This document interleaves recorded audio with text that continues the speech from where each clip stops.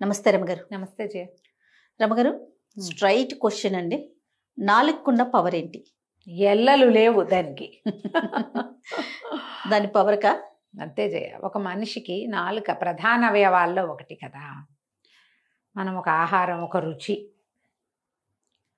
ఒక ఆహారం వంట పెట్టాలంటే నాలుకది ప్రధాన పాత్ర కదా. అవును. మనం ఏదో నవ్వులుతాం, ఆ నోట్లో బోలెడన్ని నీరు ఉత్పత్తి చేసే వ్యవహారం ఉంటుంది. రసన అంటారు, రుచి, టేస్ట్ బడ్స్ నాలుగు మీదే కదా ఉంటాయి. ఓ ఉప్పో, ఓ కారమో, పులుపో, రుచో, నచ్చింది నచ్చలేదు వ్యవహారమో, ఇది నాలుక వల్లే జరుగుతుంది. డాక్టర్ గారు ఇప్పుడు చూస్తున్నారో లేదో, డాక్టర్లు చిన్నప్పుడు జ్వరం అని డాక్టర్ గారు నాలుగు చూపించు అనేవాళ్ళు. నాలుక రంగును బట్టి మన అజీర్తి, మన గట్ హెల్త్ని కూడా నిర్ధారించే పద్ధతి ఇది వరకు ఉండేది. ఇప్పుడు ఏముంది, టెస్ట్లు వచ్చేసినాయి కదా. ఈ ఆహారము రుచితో పాటుగా మనం వెలువరించే ప్రతి శబ్దానికి ఆధారం నాలుకే. ఈ నాలుక పళ్ళకి తగిలితే ఒక సౌండు, పళ్ళ వెనకాల తగిలితే ఒక సౌండు, దంతాలకు తగిలితే ఓ సౌండు, పైకి తగిలితే ఒకటి, వెనక్కి తగిలితే ఒకటి, ఇట్లా రకరకాల స్వరాలు నాలుక వల్లే వస్తాయి. ఆ నాలుక సరిగ్గా అయితే, నాలుక మందంగా ఉందనుకో, కొండ కిందకి అంటుకుపోయి ఉంటే ముద్దగా వస్తాయి, మళ్ళీ తొసిపోతాయి. నాలుక లేనిదే లేవు. పళ్ళు లేకపోయినా మాటలు వస్తాయి, కానీ నాలుక లేకపోతే ఏమీ లేదు. ఇప్పుడు మన తిండి, మన మాట, అంటే మన వ్యక్తీకరణ ఒకటి, రెండోది మన ఆహారం. ఇవి రెండే కాదు, మన జీవితానికి ఇంకేం కావాలి? అంతే కదా, ఇంకేం అక్కర్లా. అయితే ఈ ఆహారంలో, మన లోపలికి ఆహారం తీసుకోవటంలో, ఆహారాన్ని మనం అనుభవించటంలో ప్రధానమైనది నాలుకైతే, మాటల్లో సౌండ్స్కి నాలుకే. అయితే ఈ నాలుకని జాగ్రత్తగా వాడుకోవాలి. ఆహారం విషయంలోనూ మాటల విషయంలోనూ. తను మాట తింటూ తింటూ చటుకని నాలుగు కొరుక్కున్నాం అనుకో, 2-3 రోజులు తినలేం. నాలుగు కొరుక్కుంటాం, ఒక్కొక్కసారి నాలుగు పళ్ళ కింద పడిపోదు, తెగిపోతుంది నాలుక. ఏది మనని తీసుకొనివ్వదు లోపలికి. ఎంత ఇబ్బందిగా ఉంటుందో, ఇదొక ప్రాబ్లం. చక్కగా మనకు కావలసిన మాట, సరైన మాట మాట్లాడకపోతే నోరా వీపుకు చేటు తేకే అని పడతాయి బాగా అక్షతలు. నాలుకని శ్రద్ధగా వాడుకోవాలి జయ. నాలుక వల్ల 4 పాపాలు జరుగుతాయి. అబద్ధం చెప్తాం మనం, నాలుకే. ఇదివల్లే, దీనివల్లే కదా సౌండ్స్, అవునా? అక్కడి నుంచి పుకార్లు పుట్టిస్తామా. మూడోది దుష్ప్రచారం చేస్తాం, పుట్టించిన పుకార్లని వ్యాప్తి చేస్తాం మనం. నాలుగవది వాగ్వివాదానికి, పోట్లాటలకి దిగుతాం. నోరేసుకుని పడిపోవటమే. నోరేసుకుని అంటే నోటికి ఆధారం ఏమిటి? నాలుకే. ఈ 4 పచ్చి పాపాలకి కారణం నాలుక. ఒట్టి పాపాలేనా నాలుక చేసేది? కాదు, అద్భుతమైన విషయాలు చేయగలదు నాలుక. నాలుకతో ప్రార్థన చేస్తాం మనం. ఒక మంచి మాట ఎవరినైనా, బాబు పర్వాలేదమ్మా, ఏం వాళ్ళు, ధైర్యం చెప్తాం. నాలుకతోటి మనం అవతల వాళ్ళని చక్కగా ముందుకు తీసుకెళ్తాం. పొగిడి మంచి మాట చెప్పి వాడిని ఏమనాలి, ఉత్తేజితుడిని చేయగలుగుతాం మన మాటలతోటే.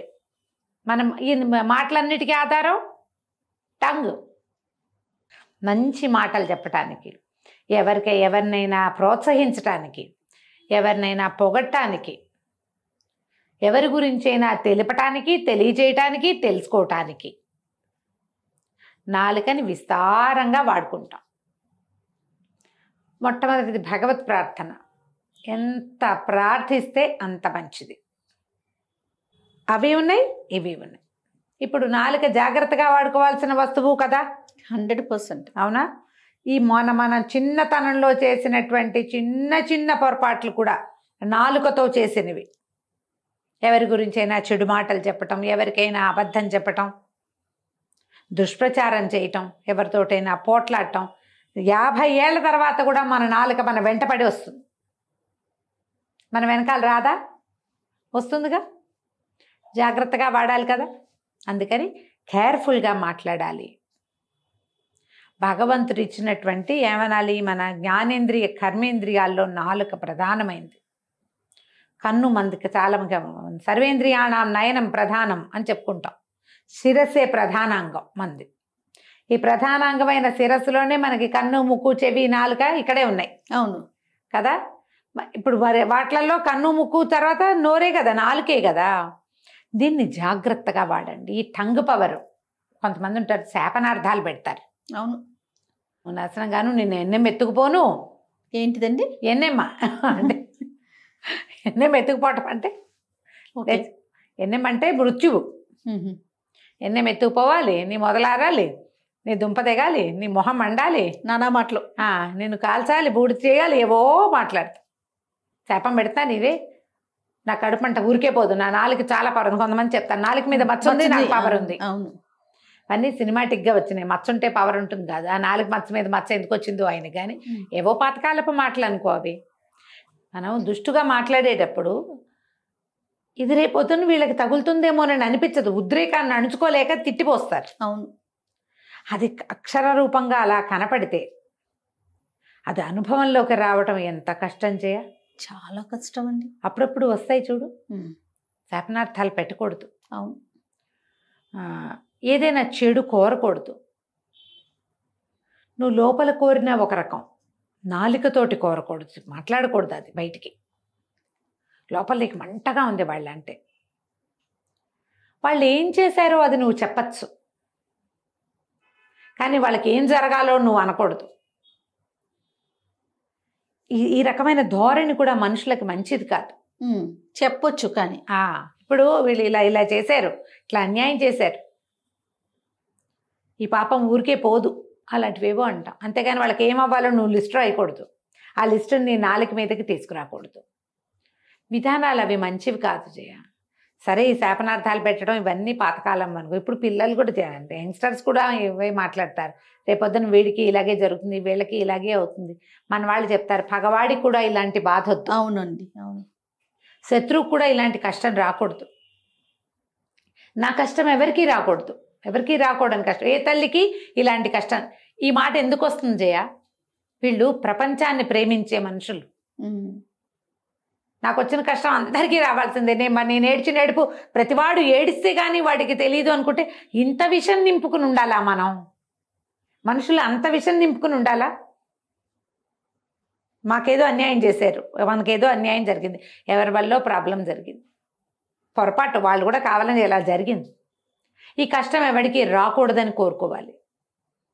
అలాంటి వాటికి తథాస్తు దేవతలు ఉన్నట్టే, ఇలాగే నాలాగానే మీరు నాశనం అయిపోవాలంటే దానికి ఉంటారు తథాస్తు దేవతలు. ఎక్కడైనా ఉంటారుగా, ఎప్పుడూ ఉంటారు.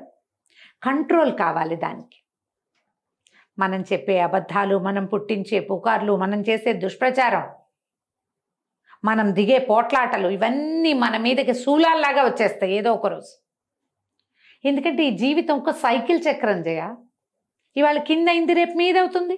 తప్పకుండాను. మనం దాన్ని వదిలిపెట్టి ఇది చేసుకోలేము.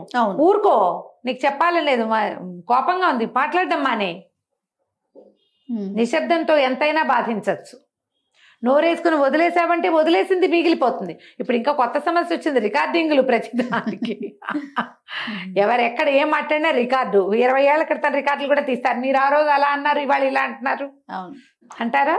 నాలుకని కంట్రోల్ చేసుకోండి. టంగ్ పవర్ అంటారు మన వాళ్ళు, ఇప్పుడు ఇంగ్లీష్లో చెప్పుకుంటున్నారు. నాలుక పరమ శక్తివంతమైన ఆయుధం. దాన్ని అదుపులో ఉంచుకోండి. ఈ ఆయుధాన్ని అన్యాయం మీద ఎత్తండి, తప్పు మీద ఎత్తండి, ధర్మం వైపు నిలబడ్డానికి వాడండి. ఏది కరెక్టో అది మాట్లాడండి. అప్పుడప్పుడు వాడద్దు, అసలు అది మరీ మంచిది. అస్సలు వాడద్దు, ఊరుకోండి. మీరు ఎంత నిశ్శబ్దంగా ఉంటే, నిశ్శబ్దం మాట కంటే ఎక్కువ పదునైంది, బలమైంది. మాటలు ఎంత పదునుగా ఎంత బలంగా పనిచేస్తాయో మాట్లాడకపోవటం కూడా అలాగే పనిచేస్తుంది ఒక్కొక్కసారి. సైలెన్స్ ఈజ్ గోల్డ్ అంటారు. ఎప్పుడు ఎప్పుడు బంగారంతో సమానం. కామ్గా ఉండు, అది ఊరుకో. ఏం జరిగితే అది జరుగుతుంది. నాలుగు రుచిగా ఉన్నాయని అన్నీ తినేసామనుకో, చాలా తింటాం, పొట్ట సహించదే దాన్ని. సహించకపోవచ్చు కదా, పొట్ట చెప్పేది వినాలి నాలుక. సో అన్ని విషయాల్లోనూ నాలుకని మనం కంట్రోల్గా ఉంచుకోవాలి. మీరు ఎంత జాగ్రత్తగా ఉంటే జీవితం అంత బాగుంటుంది. మన పరిసరాలు బాగుంటాయి. మనం ఏదైనా ఒక మంచి వాక్యాలు చెప్పాము ఎవరికైనా, అవి వాళ్ళకి ప్లస్ అయ్యి వాళ్ళు ఏదైనా ఫ్లరిష్ అయ్యారనుకో, అది ఎలాంటి భావం చేయ, మనం ఒక చిన్న మొక్క తెచ్చాం, వాకి ఎక్కడో రోడ్డు మీద ఒక తులసి చెట్టు కనపడింది, పీక్కొచ్చావు నువ్వు, దాన్ని తెచ్చిపెట్టావు, 4 రోజుల్లో చక్కగా రెక్కొని ఇది విస్తరిస్తుంది, దాని నుంచి వచ్చే గాలిని నువ్వు ఆస్వాదిస్తావు, అది ఇచ్చే ఆక్సిజన్ నువ్వు పీలుస్తావు. ఎలాంటి భావం అది? అద్భుతమైన విషయం. ఇప్పుడు ఒక చెట్టు కొనుక్కొచ్చావు, ఓ 100 రూపాయలు 50 రూపాయలు ఇచ్చి, అది బోల్డ్ అంత విస్తరించి పువ్వులు వస్తాయి. అది ఎట్లాంటిది? మీరు ఒక మంచి మాట చెప్పి అది వాళ్ళకి ఉపయోగపడితే ఈ చెట్టుని పెంచిన భావన వస్తుంది మనకి. అదే మనం ఒక చెడ్డ మాట, ముళ్ళ చెట్టు, దాన్ని పెంచేం ప్రయోజనం అమ్మా? దానికి పువ్వు లేదు, కాపు లేదు, ముళ్ళు, ప్రయోజనం లేనివి కదా. అవును. జాగ్రత్తగా మాట్లాడండి. ఏదైనా అప్పుడప్పుడు మనం ప్రతి వాళ్ళకి టంగ్ స్లిప్ అవుతూనే ఉంటుంది. ఏదో ఒక దురుసు మాట, ఒక అనవసరమైన మాట, ఒక అక్కర్లేని మాట, ఒక తెలియని మాట, ఒక తెలివి తక్కువ మాట, ఒక దుష్టు మాట వస్తూనే ఉంటాయి. వెనక్కి తీసుకోండి. అవసరమైతే ఒకసారి చెప్పండి. కావాల్సిన చోట ఒక ప్రశంస, ఒక మంచి వాక్యం, ఒక ప్రశంసా వాక్యం, ఒక కృతజ్ఞతా వాక్యం, నేను అలా అనుకోలేదు, పొరపాఠం జరిగింది అని ఒప్పేసుకున్నారంటే, అది కూడా నాలుకతోటే ఒప్పేసుకుంటే చాలా వరకు సరైపోతాయి. మనం దుష్టు మాట్లాడడానికి, తొందరపాటు మాట్లాడడానికి నాలుక స్పీడ్గా వెళ్ళి ప్రశంసకి రాదు, కృతజ్ఞతకి రాదు, క్షమాపణకి రాదు నాలుక. దానికి వచ్చింది దీనికి కూడా రావాలిగా. అది చెప్పండి, అవునా? ఇలా ఆలోచించండి. దాని మీద వాడినప్పుడు దీని మీద కూడా వాడండి. అప్పుడు మనకి సమాజం బాగుంటుంది, మనతో ఉన్న వాళ్ళు హాయిగా ఉంటారు, మనం ఆటోమేటిక్గా హాయిగా ఉంటాం. సారీ చెప్పేస్తే ఎంత ఫ్రీగా ఉంటుందో ట్రై చేసి చూడండి. తప్పకుండా రమ్మగారు. నమస్తే. నమస్తే జయ.